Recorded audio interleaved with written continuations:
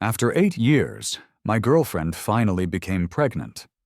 In a surge of excitement, she celebrated by gifting me a luxurious villa, a property valued at a staggering $1 billion. But instead of moving in, I left her. I left her and the child she was carrying and booked a one-way ticket to Africa. You see, I had lived this life before. In a past that felt as real as the present, I had quit my job to take care of that child. I had poured my entire existence into them, sacrificing every dream and ambition I ever had. It was only when I was bedridden and dying that I found them. 999 love letters she had written, not to me, but to the man she considered her true love. In my eyes, she had always been the moonlight, a pure and beautiful presence I wanted to shield from all the mundane troubles of the world.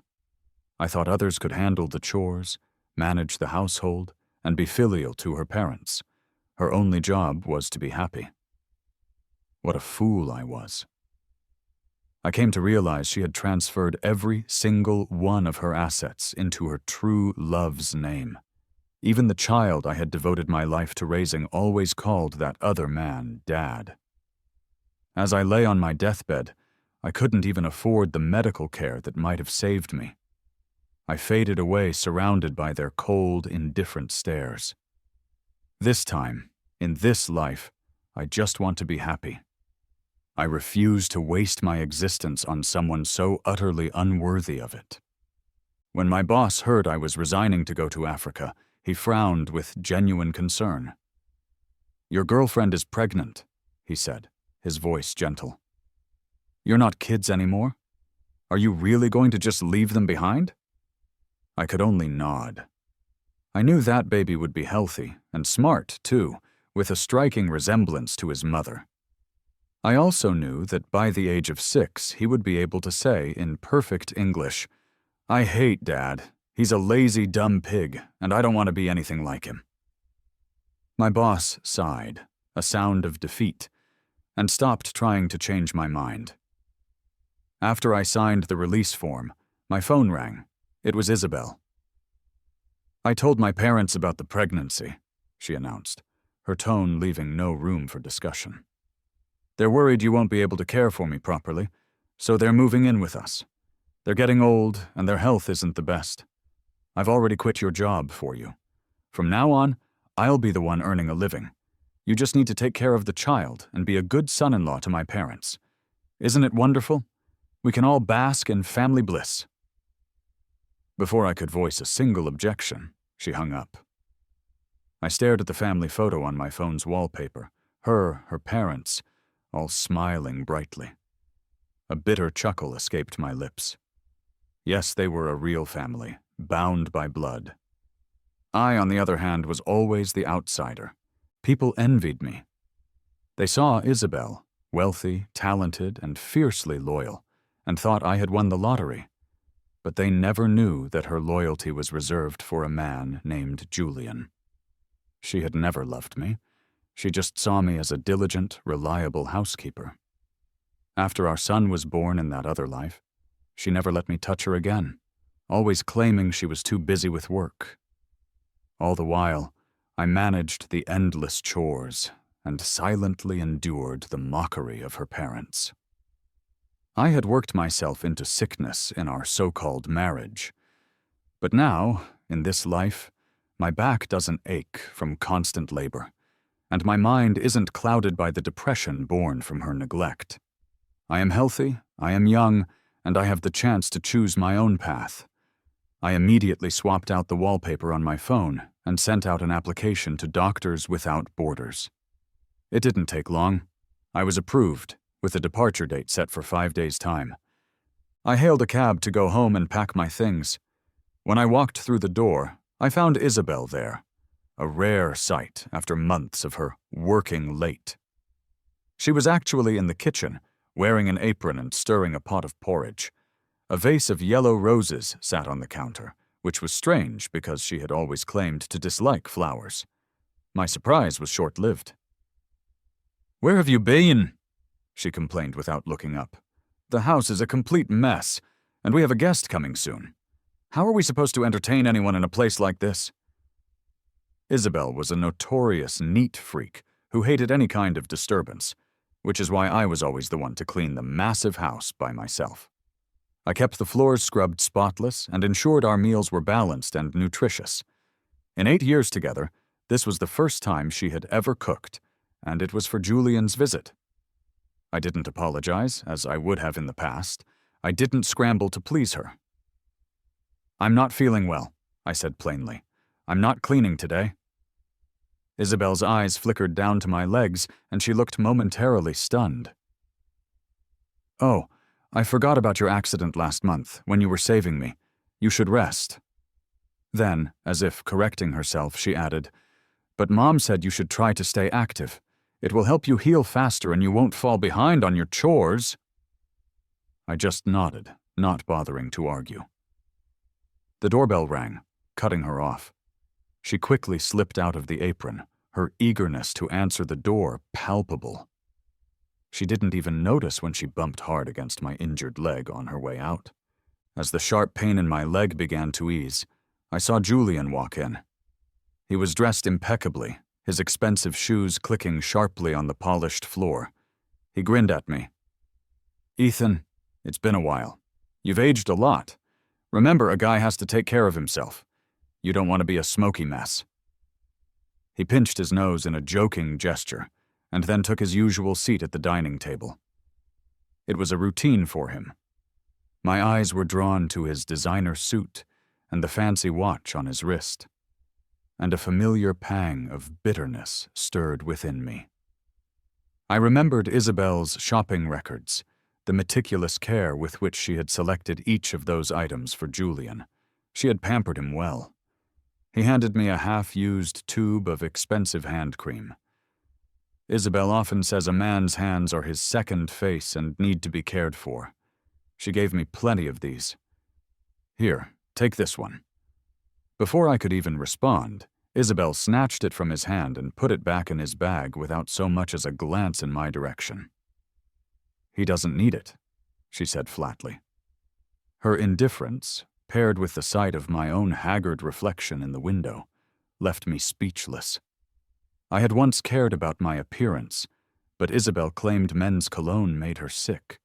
The sound of dress shoes gave her headaches, and watches were too cumbersome. Only Julian deserved nice things that fit his sunny, charming personality. Someone like me was better suited for household chores. Julian admired the lily porridge Isabelle had made, fondly recalling their college days when she would make it just for him. He beamed, cherishing the flavor, and then his eyes landed on the yellow roses, his favorite flower. Isabelle had remembered such a small detail all these years. As he reached out to touch a petal, his fingers brushed against a small box hidden beneath the bouquet. Inside was a ring. Isabelle lovingly slid it onto his finger. "A little gift for you," she murmured. After a moment, she glanced at me, almost as if she had just remembered I was there. "Ethan, yours is being custom-made. It's not ready yet." I gave a nonchalant nod, too weary to point out the obvious lie. Isabelle couldn't even remember my birthday, yet she remembered every single detail about Julian. She claimed to dislike ceremony, yet she adored planning elaborate surprises for him. In my past life, I had discovered more than 1,000 love letters and entire notebooks filled with her observations, detailing everything Julian liked and disliked, and plans for their happy life together. There was not a single word about me. I sighed quietly and looked up to see Julian about to serve himself some porridge. Isabelle immediately stopped him, handing the ladle to me instead. "The porridge is too hot, Julian. Your hands are for healing people, not for this kind of work." Julian laughed, leaning against Isabelle's shoulder. "Don't say that. Back in the day, Ethan was the top student in our class, always first in everything. Compared to him, I'm far behind." Isabelle didn't push him away. Instead, she patiently coaxed him. "How could that be true? You're a respected member of Doctors Without Borders. He's just a house husband." I didn't take the ladle. I just gave them both a cold, level stare. Doctors Without Borders only has 30 members nationwide. I know all of their names, and I don't recall a Julian. Did you change your name or something? At my words, Julian's smile froze on his face. Isabelle slammed the ladle back down onto the counter. Scalding hot porridge splashed onto the back of my hand, but she paid it no mind, her focus entirely on berating me. Ethan, do you even know what Doctors Without Borders is? Don't pretend to know things when you don't. It's embarrassing. If you have time to be jealous of Julian, you might as well go wash the dishes in the kitchen. You don't understand what we're discussing anyway. I bore the searing pain in my hand and got up to treat the burn. How could I not understand? Being a part of that organization had always been my most cherished dream. I had worked tirelessly for it for many years. The first time I applied, Isabelle had strongly opposed the idea, even threatening to break up with me. Ethan, she had said back then, her voice soft and pleading, I can give you everything you want. A happy family, a good life. Can you really just leave me behind and go? Growing up with very little love, I hesitated. In the end, I chose what I thought was love over my dreams. Looking back now, I realize that what she gave me was never happiness or beauty, but a shackle I couldn't shake off. She used a facade of love to trap me in a cage, standing on my broken spirit to lift her own dreams, and Julian's, into the sky. I didn't want to listen to another moment of her scolding, so I went straight to my room. Isabelle didn't try to calm me down. She just continued chatting with Julian, likely expecting me to cool off and come back to make peace, just as I always did. While I was packing my luggage, I accidentally overheard their conversation from the living room. Julian's voice was laced with jealousy. You're really nice to someone you like. You just gave away this luxurious villa. No wonder you broke up with me back then. You must have found true love. Isabelle's reply was calm and measured. Don't overthink it. The villa is under my parents' names. You know how they are. We broke up because they wouldn't accept you marrying into the family and experiencing any hardship. As for someone I like, she gave a helpless little smile. If I had really met someone I liked, how could I have dragged this on for 8 years without getting married? My heart skipped a beat. I thought I had prepared myself, that I wouldn't be sad, but my eyes began to well up with tears. 8 years. I had been with Isabelle since we were in college. Every single time I brought up the topic of marriage, she would find some excuse to delay it. Her family was incredibly wealthy, and I didn't want it to seem like I was after their money, so as time went on, I just stopped bringing it up altogether. In my past life, we only registered for a marriage license when our son was born. There was no wedding, no ring, no blessings from our families. The idea of a simple, happy wedding had kept me going for a while. Now, as I slowly wiped the tears from my face, I felt an overwhelming sense of gratitude that we hadn't registered our marriage. This way, neither Isabelle nor the concept of marriage could trap me anymore. While packing, I realized just how few things I actually owned. My wardrobe consisted of a few loose, old clothes. I remembered once, while we were out shopping, I found a black suit that I really liked. Other customers in the store told me it looked good on me, but Isabelle had scoffed. You're just a country bumpkin. You're out of style and you lack charisma. Don't copy others and embarrass yourself. The very next day, Julian posted a photo of himself wearing that exact same suit on social media. I did have some expensive watches and pieces of jewelry, but I knew they were all registered under Isabelle's father's name, so I couldn't take them with me. Looking around the room, I came to the stark realization that in this grand home, aside from my worn-out clothes, it seemed only the mop and the cleaning rags were truly mine. Everything else, all the grandeur and beauty that surrounded me, had absolutely nothing to do with me. My heart felt heavy, So I simply threw the old clothes and the few items I had into the trash. Back in the living room, Isabelle and Julian were watching TV together. He was lounging comfortably on the sofa while she meticulously cracked walnuts for him. She didn't even glance my way, only leaving the table full of dirty dishes for me to wash. I didn't want to engage with either of them, so I changed my shoes, planning to go out and buy some new gear for my upcoming trip.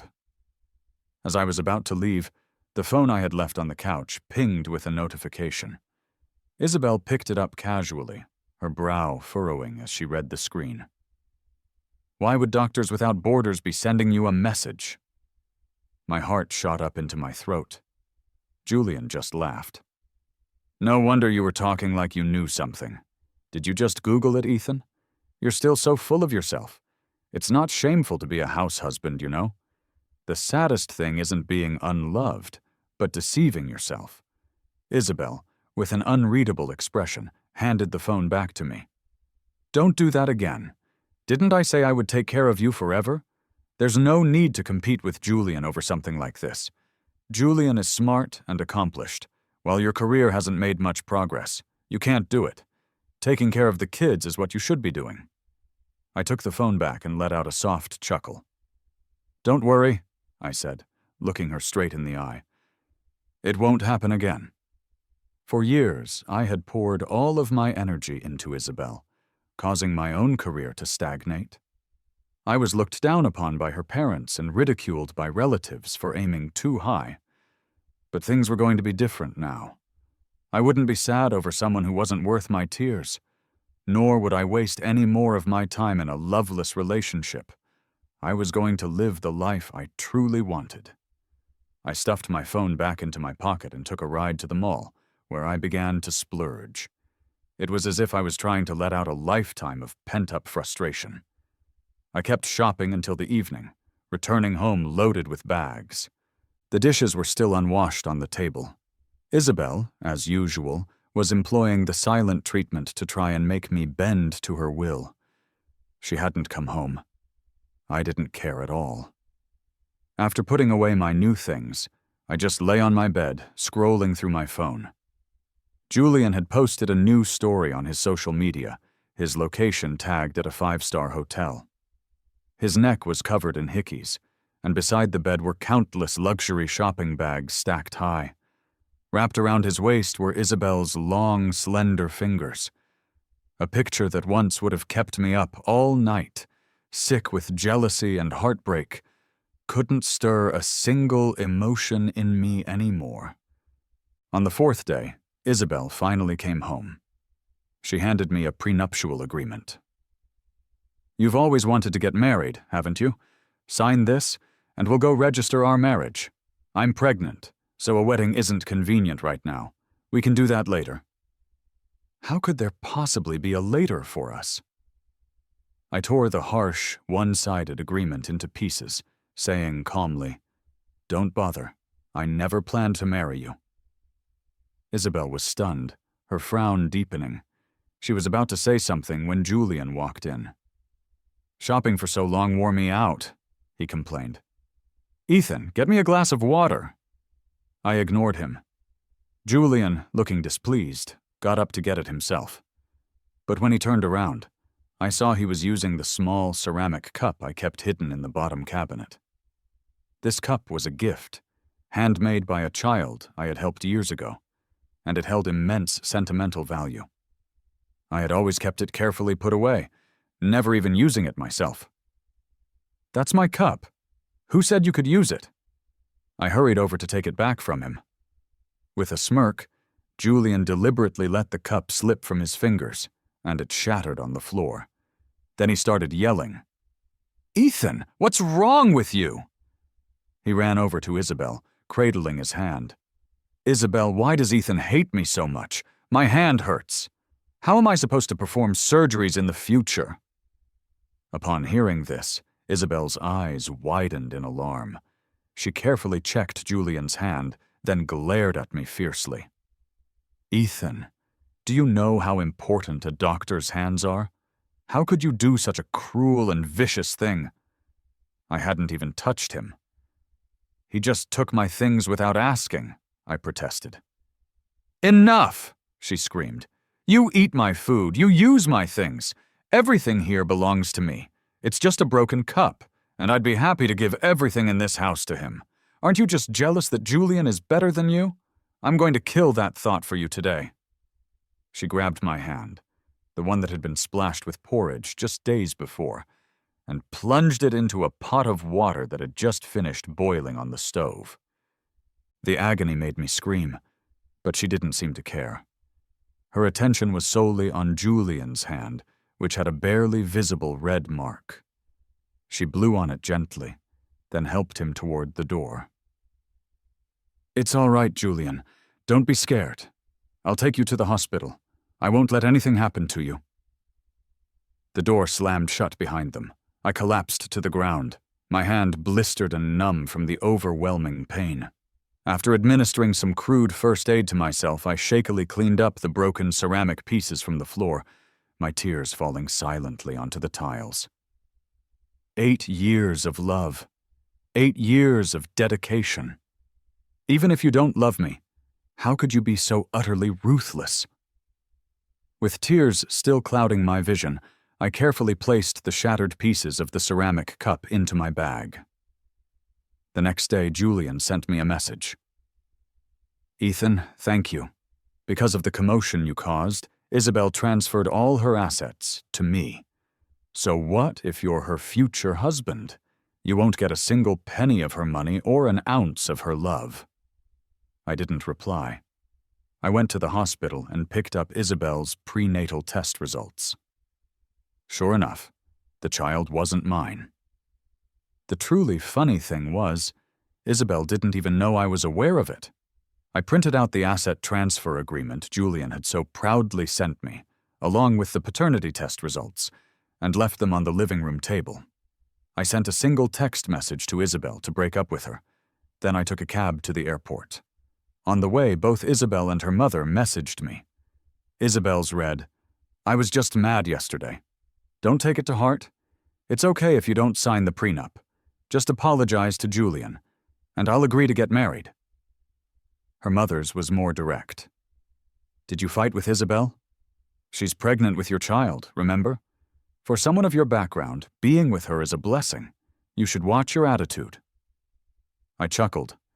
Isabelle's mother had been wary of me taking their money for years. If she ever found out that Isabelle had already transferred all of their assets to Julian, I couldn't imagine how she would react. But that was no longer my business. I blocked both of their numbers and walked into the airport without a single backward glance. Hours passed, and Isabelle hadn't heard anything from Ethan. In their 8 years together, this was a first. She casually flipped through their chat history and noticed that almost every single message had been initiated by him. She only ever replied when she needed something from him. Something felt wrong. Marriage was such an important matter. Ethan wouldn't have no reaction at all. She sent another message. Does your hand still hurt? Don't be mad. Can't I just apologize? The response she received was a glaring red exclamation mark. Isabelle's eyes widened in disbelief. Ever since they had started dating, she was the only one who ever gave Ethan the silent treatment. She had never experienced being blocked or ignored. After hesitating for a moment, she decided to drive home to see him. Isabelle, my hand hurts so much. Can't you stay with me a bit longer? Julian whined. Ethan's injury is worse. I got carried away yesterday. After all, he's my future husband. If something happened, how would I explain it to my family? This was the first time Isabelle had ever refused Julian. She hurried home, finding the house empty and the pile of dirty dishes still on the table. A wave of annoyance washed over her.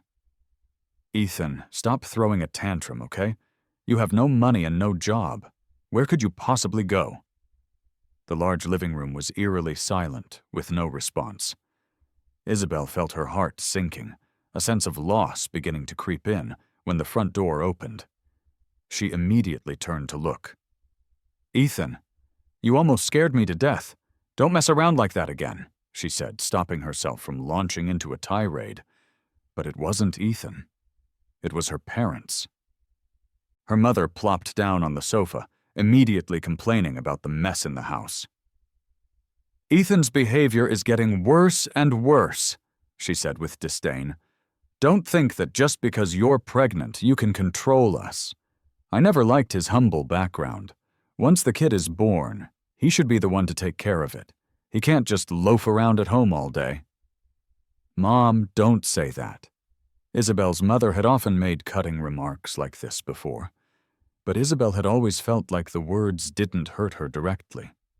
She had never realized how truly hurtful they were until now. Her mother didn't argue back. Her eyes were locked on a document lying on the coffee table. "Property transfer agreement. Didn't I tell you to keep the money secure? Ethan is trustworthy, but you shouldn't spoil him." As she opened the document, her expression of displeasure twisted into one of pure rage. She threw the papers directly at Isabelle's face. "You transferred all the property to that pretty boy, Julian? Are you crazy? What's so great about him that you can't forget him after all these years?" Isabelle's face went white. "How did this document get here?" She bent down to pick up the scattered papers and noticed another medical report nearby. In disbelief, she opened it with trembling hands. Each word felt like a heavy blow, striking her heart. "This can't be possible. How could the baby be Julian's? I was so careful with birth control." "What? Whose baby is it?" her parents asked, shocked by her words. Before anyone could say more, a sharp, cramping pain hit Isabelle's stomach, and blood began to flow down her legs. Her parents, alarmed, rushed her to the hospital. When they learned the baby hadn't survived, they cried helplessly. "Isabelle, what were you thinking? Over a pretty boy, you lost the baby, the man ran off, and most of the money is gone. How could you be so foolish?" Her mother screamed, hitting and scolding her. But Isabelle didn't react. Despite not having recovered, she was determined to go home. Desperately, she searched every corner of the house for any sign of Ethan, but he was nowhere to be found. She sank to the floor, bewildered. He had left. He hadn't taken a single thing with him. He was truly, deeply upset. Her mother's words echoed in her mind like a curse. No matter how bad Ethan was, he was 100 times better than Julian. At least he really loved you. Isabelle knew Ethan's sincerity, and because she knew it so well, she felt she had nothing to fear. For years, she had grown accustomed to his sacrifices. She never once thought he would actually leave her, nor did she have any idea how to bring him back. Tears began to fall from her eyes. Isabelle finally realized that Ethan wasn't coming back. The thought terrified her. She got up frantically, calling everyone she knew, desperately searching for him. After an endless journey, I finally arrived at my destination. The conditions here were rough, and I was exhausted after a 4 or 5 hour bus ride that followed the long flight. But seeing the cheerful faces of my new colleagues and leaders wiped away all my fatigue. "Ethan, it's an honor to finally meet you," the leader said, shaking my hand warmly. "We've heard about your achievements for years. I always wanted to meet you and regretted that we lost track of you. I'm thrilled to be able to work with you now." I shook her hand, listening as she told me about the place. As she spoke, a pang of regret welled up inside me. If I hadn't made that foolish mistake 8 years ago, I could have helped so many people by now. There are countless refugees and children here who need saving, but I wasted my talents on domestic trivialities. The children in Africa suffer greatly, yet the tough conditions deter many qualified people from coming. With your skills, you could be anywhere in the world. Why did you choose to come here? She asked. I gazed into the distance, my mind drifting back to past lives. In another life, after that child was born, I had given him everything. I taught him how to read, how to write, how to be a good person. Yet after all my efforts, when I lay on my deathbed, he looked at me with cold, empty eyes and said, Someone as useless as you has no right to be my dad. It'll only be better for Mom if you die. I don't know if their lives got better after I was gone. I only know that an ungrateful child like that was not worthy of being my son, and someone like Isabelle, who manipulates emotions for her own gain, doesn't deserve a happy family. Taking a deep breath, I looked up. Because I want to see the world, I said, and because disadvantaged kids deserve a bright future too. The leader smiled, her expression full of approval. I knew there was more to you. A lot of folks said you chased after wealth, leaving your career behind to marry into a rich family. But I never believed that someone as capable as you would just throw away years of hard work. Exactly. Why would I give up so easily? After leaving my career, I regretted it deeply. Every time I saw my old awards and certificates, I couldn't help but cry. Isabelle's mother would ridicule me relentlessly. What do you have to cry about? Marrying into our family is a blessing. You'd never earn this much as a doctor, and Isabelle treats you well. She's busy, but she's faithful. What more could you possibly want? She would mock me for not appreciating my luck, saying my son wasn't close to me because I was greedy and despicable. Back then, I naively believed in Isabelle's love. Under the constant pressure from her and those around us, I lost myself completely, sacrificing everything without expecting anything in return.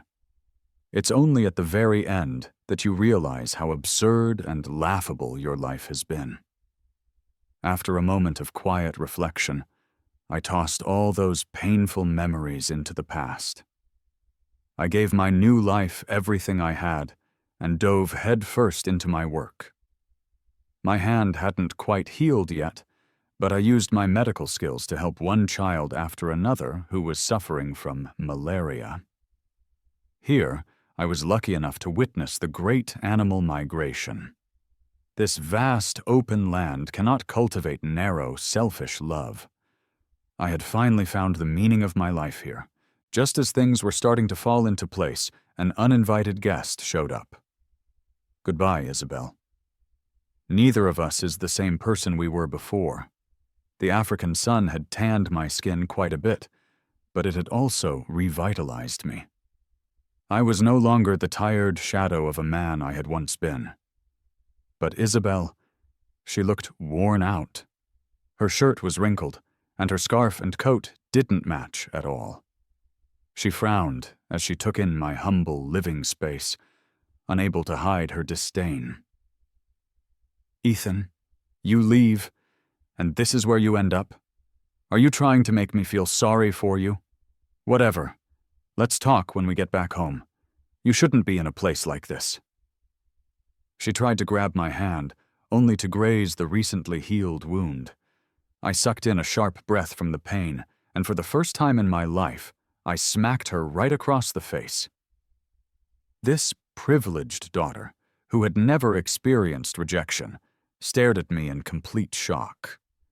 She looked like she wanted to get angry, but instead, she just sighed. You're just acting out. I won't blame you. Let's consider us even now. The kid wasn't planned, and I had it taken care of. If you want more children, we can have our own. Ethan, stop being so stubborn. I'm too busy to deal with your outbursts. I chuckled bitterly. Isabelle, how can you even say that? Just a few days ago, a little boy needed a complex operation that only I could perform. I held up my injured, scarred hand in front of her, my eyes starting to sting with unshed tears. My hand got burned. I couldn't hold the scalpel properly. I couldn't save him. Thankfully, my boss showed up just in time and took over, and the boy was saved. But if it had been just a moment longer, that boy's life would have been snuffed out. Isabelle, this is your doing. Your child matters, but other children don't? When you were destroying my hand over Julian, did it ever once occur to you that I am someone's son, too? Or that these hands have the potential to save countless children and their families? Isabelle couldn't answer. She grew up never wanting for anything, born with a silver spoon in her mouth. She couldn't possibly comprehend the struggles of an average person. She was so self-serving that she had wrecked my life for her own selfish gains, and now she was shameless enough to ask for my forgiveness. Her shoulders shook as she stammered, unable to get a single word out. She finally lowered her head. I didn't think it through. It was stupid of me. It won't happen again, Ethan. Nobody's perfect. Haven't I treated you well over the years? How can you forget all my dedication over one single mistake? Her audacity had hit a new low. I shook my head, done with this pointless back and forth, and decided to cut right through her facade. The safe in the back of your closet. I saw the love letters you wrote to Julian. The code is his birthday. I know why you were with me, and I know why you left him. So save the act. I'm not buying it anymore. Isabelle's head snapped up, her face drained of all color. You know? Ethan, it's not like that. Julian is in the past. You're the one I truly love now. I can't be without you. Is it me you need, or just a servant to do your bidding? I didn't argue anymore. I just sent her packing. Given my efforts lately, I had earned a good reputation and a lot of respect around here. When the local kids saw the commotion, they came around. Some of them threw small rocks at Isabelle, while others chased her with sticks. Scared stiff, Isabelle ran away, leaving behind a shouted promise. Ethan, I'll prove myself to you. But Isabelle never did prove anything. Instead, her mother called me. Ethan, we heard about what happened. Isabelle is young and foolish. We've set her straight. She transferred the property to Julian, but we're working with our lawyers to get it all back. He's a bad influence, has never held a proper job, and God knows the damage he's done. I would never let him near my family. I hung up and blocked the number. Funnily enough, this was the nicest Isabelle's mother had ever been to me.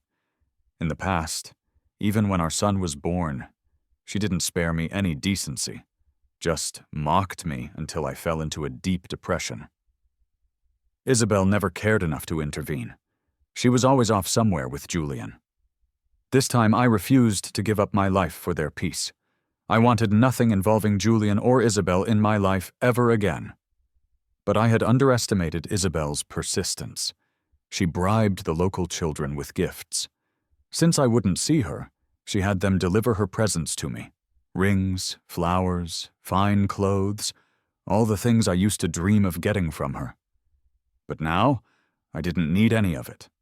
I wasn't that desperate kid anymore. I have my own career, my own dreams, and my own world. In my field, I make a difference, and I shine. These pricey things ended up on the local poor women and children. I didn't keep a single one for myself.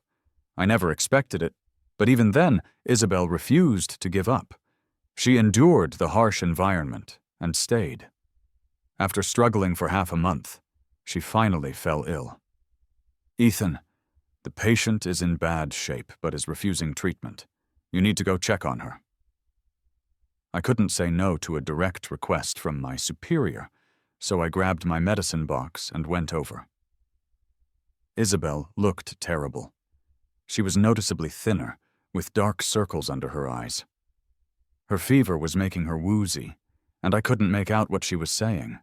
But when she saw it was me, she broke into tears. She grabbed my shirt and wouldn't let go. Ethan, is that you? Is it really you? I had such a terrible dream. I dreamed that we got married, but I couldn't forget Julian. I kept hurting you for him. I even watched you die when you were very sick because I wouldn't spend the money to save you. I dreamed our child was born, a bright and talented boy, but he didn't treat you well. He only liked Julian. She mumbled for a while, and then her eyes widened as she looked at me with sudden clarity. I was wrong, Ethan. I truly know I was wrong. These weren't just dreams, were they? This really happened in the past life, didn't it? After you died, my life with Julian was a mess, and even our son drifted away from us. No wonder you never forgave me. I did so many terrible things. Ethan, I know I was wrong. Can we please start over in this life? Did she change after the baby was born? No. Her intentions were never pure from the start. The so-called love was a big lie from beginning to end. Whether it was for 8 years or an entire lifetime, deceitful love is all the same. Those who betray sincerity and toy with love are never worth forgiving. I said nothing and calmly gave Isabelle a shot to reduce her fever. I've contacted your parents to arrange for them to bring you back home. In your current condition, it's tough to survive here. Since you now know what happened, you should understand that there can never be anything between us again. Isabelle, thank you for not agreeing to marry me back then, and for letting me leave you to live a new life. After fulfilling my duty as a doctor, I left the ward, despite Isabelle's desperate pleas. Her cries turned from sobs to wails, from sadness to deep regret. The people around us started whispering, but my boss simply patted my shoulder. Ethan, saying goodbye to the past means walking towards a new life. You did well. The day Isabelle returned home, her mother cried her eyes out over the phone. She said that after I left, everything became chaotic. No one knew Isabelle as well as I did, and no one was as devoted to her. Julian only cared about spending her money and throwing tantrums, while Isabelle had no life skills. Their life together was a complete mess, devoid of the passion they once had. You have no idea how outrageous that pretty boy Julian is, she lamented. Isabelle has really realized her mistake and wanted to live a good life with you. That's why she put everything down and came to find you. Who knew she'd end up like this? Ethan, we don't blame you. We were the ones who were blind.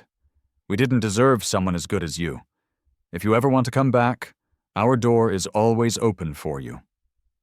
I declined her mother's gesture of goodwill. Even though Isabelle had pleaded with her life on the line, I didn't give her any chance to make amends. My future is bright now, and there is no reason to waste my time on those who are unworthy. Not long after, a friend from back home told me that Julian had lost a lawsuit and ended up fighting bitterly with Isabelle in court. The passionate, reckless love they once shared had ended in bitterness and recrimination. I stayed silent for a long time, looking at the rising sun in the distance. The grudges of the past have long since faded away. I am ready to embrace a new day, alone.